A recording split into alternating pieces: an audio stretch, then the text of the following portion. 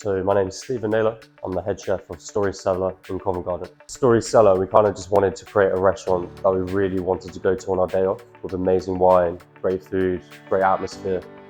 Chef has had the idea for quite a long time where he wanted to base a restaurant around rotisserie chicken.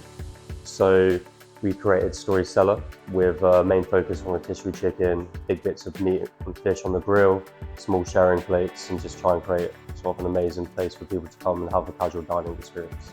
Going from sous chef at Story to head chef at Story Cellar, it's been quite a big step because now you're managing everything from all of the costings, all the back of house, managing a team, rather than managing the day-to-day. You sort of have to manage everything that a restaurant entails. So opening up Story Cellar with chef was an amazing opportunity, being able to build it from the ground up, being able to be in the design meetings, build meetings, see it go from literally an empty box of a shell to what we have here today has been an amazing experience. The food concept here at Story Cellar is quite a mixture, so French brasseries, a little bit of story, a little bit of classic, kind of food that you just really want to eat and enjoy. Nothing with too much fuss, just really simple, clean, tasty flavors. One of our dishes is snail bolognese on toast. So the snail bolognese came from Story, so it's something that we used to have at Story in a slightly more refined way. We've taken the bolognese, we finish it with Story vinegar, a little bit of bone marrow, a piece of toasted St. John's sourdough that we get from literally right next door in Neil's yard, with parsley butter and Old Winchester cheese grated down the outside.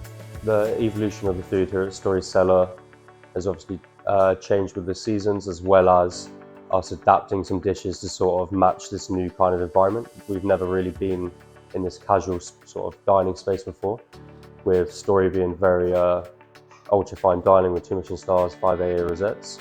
We've kind of had to tone everything down a little bit and make it a bit more approachable for everyone. I think the biggest challenge here at Story Cellar since we opened is we've had the whole Story team come over when Story's been under construction, and we sort of had to learn how to cook a completely different way with new kitchen, new environment.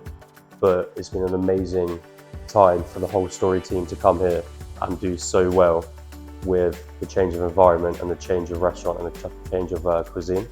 So that's probably been our biggest challenge, but everyone's absolutely smashed it. The most rewarding thing for us here at Story Cellar is to see happy guests leave at the end of the day. Without them, we don't have a business, we don't have a restaurant. So just to make all the guests happy, smiling, leaving is wonderful, because they can sit right on the counter and interact with us, and they can just see the excitement and the joy that we can bring to people just through our food. Success here at Story Cellar is having a full restaurant with happy guests, happy team. My advice for anyone that wants to become a chef is take the first step, get yourself into a kitchen. It doesn't matter the standard, where it is, what type of cuisine it is. It's just about getting into that environment and learning. Show up every day with a great attitude. Ask all the questions you can, and then always enjoy yourself in the kitchen.